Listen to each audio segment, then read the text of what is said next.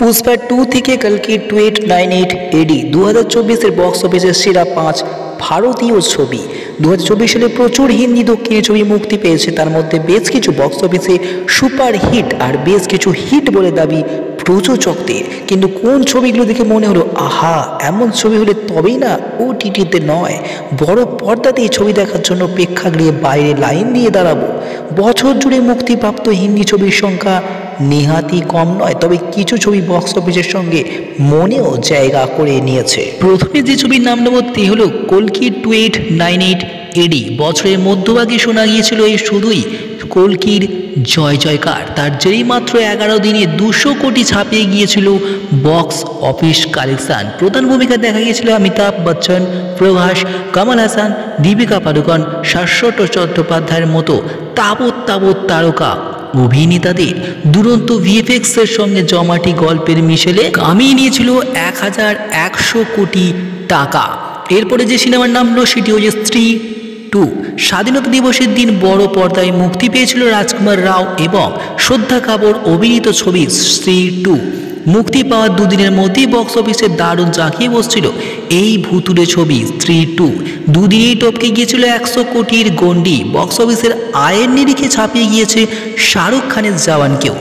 IMDbর তালিকায় দেশের সব থেকে জনপ্রিয় ছবিগুলোর তালিকায় 2 নম্বরে রয়েছে স্ত্রী 2। শুধু তাই নয়, গুগল বলছে চলতি বছরে এই ছবি নাকি সব থেকে বেশিবার খোঁজা হয়েছে। প্রসঙ্গত স্ত্রী 2 এবং ছবিতে মুখ্য ভূমিকায় রয়েছেন শ্রদ্ধা। এই হরর কমেডিতে শ্রদ্ধা ছাড়াও দেখা গিয়েছে রাজকুমার রাও, পঙ্কজ ত্রিপাঠী, অভিষেক বন্দ্যোপাধ্যায় এবং অপার শক্তি খুরানাকে।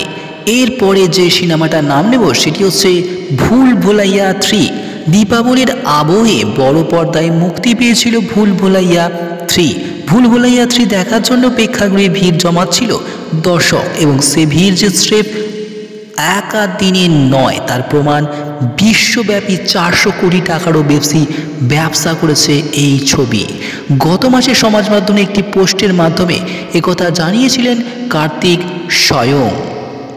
এরপরে যে সিনেমাটার নাম নেব সেটি হচ্ছে সিংহম এগেন। দীপাবলির আবহে ভুল ভুলাইয়া 3-র সঙ্গে একই দিনে মুক্তি পেল রোহিত শেঠির সিংহম এগেন।